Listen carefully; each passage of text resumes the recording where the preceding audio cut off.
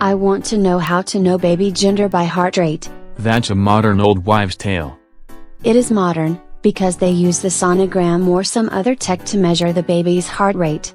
And they say that the heart rate can tell you the gender. The myth says that the borderline is 140 beats per minute. If the rate is above that, it is a girl, while below that is a boy. I wonder why?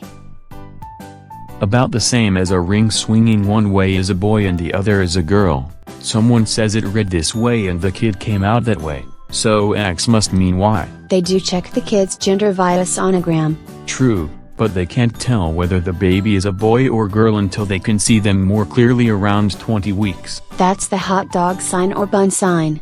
And even when they do that, they are wrong about 5% of the time. How accurate is the baby gender by heart rate method?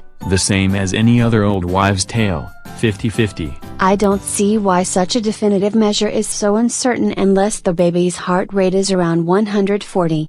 Then you wait to see what happens. The baby's heart rate is supposed to be about 140, but it can slow from sleep and spike due to startling or stimulants. And I promise you, the baby isn't switching genders because someone flipped a fire alarm or you had coffee this morning. I didn't realize the baby's heart rate fluctuated that much. So in theory, taking the measurement before morning coffee says you have a boy but after you have a girl. I've also heard of the cutoff being 150 for being a girl. Your heart rate may accelerate that much in excitement of being told that, and the kid responds to the same hormones, but no, it isn't. I thought hormones could affect the gender.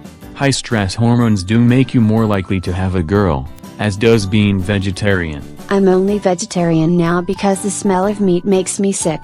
There's also the theory that if you have worse pregnancy acne, it is a girl because she's stealing your beauty. However, if you throw up so much it lands you in the hospital, it is much more likely to be a girl. That's not the kind of gender test I want to put to the test. There are theories like if you crave sweets, it is a girl. But sugary urine and food cravings plus high thirst means you may have prenatal diabetes. At least you're staying away from the cleaning chemical test where you pee on the mix in the toilet and guess gender based on bubbles and color changes. I already have a doctor poking around down there once a month. I'm not going to risk an ER visit for burns down there, too. You won't know if it is a boy or girl for certain without a chromosome test or visual check when it is out of the womb. Before then, you can do a sonogram but still paint the nursery neutral colors.